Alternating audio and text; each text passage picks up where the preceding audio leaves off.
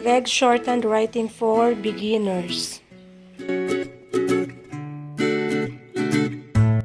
Lesson for today is 3 sets of oral reading.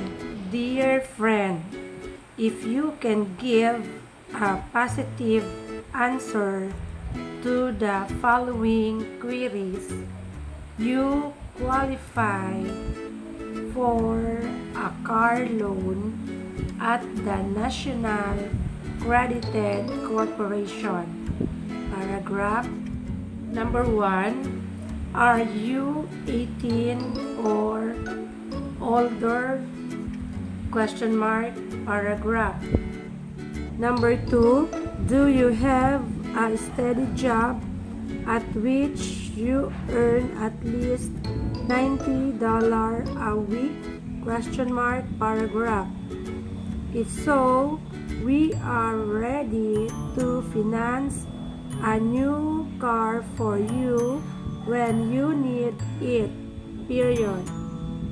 If you prefer, we will hold your loan for 3 weeks. Period.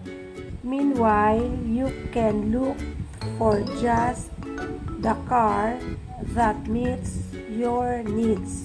Paragraph. Send for our booklet listing all our loan plans. Period. Better still stop in at the National Credited Corporation today. Period. There is no red tape involved in arranging a loan.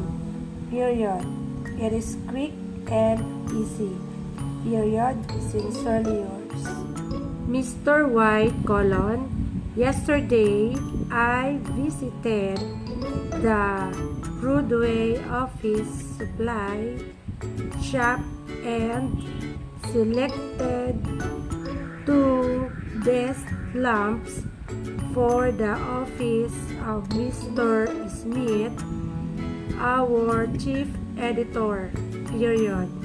He has needed these lamps for weeks. Period.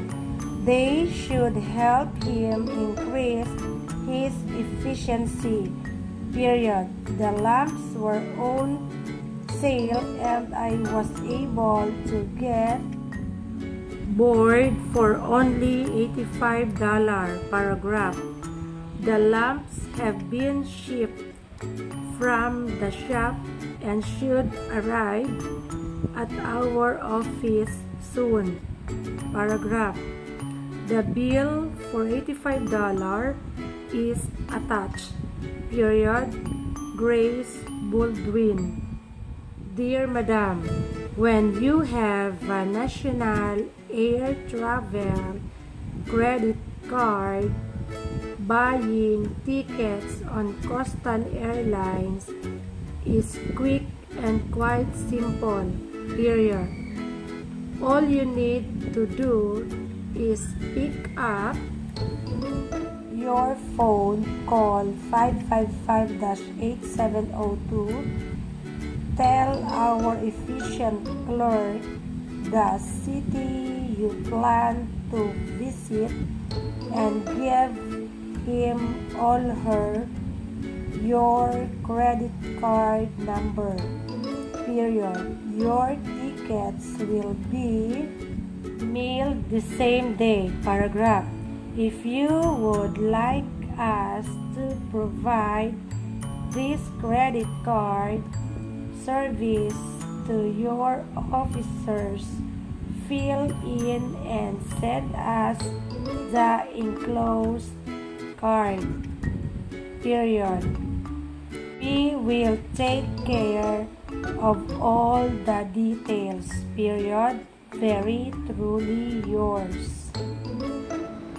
Thank you for watching and keep safe everyone. Bye-bye.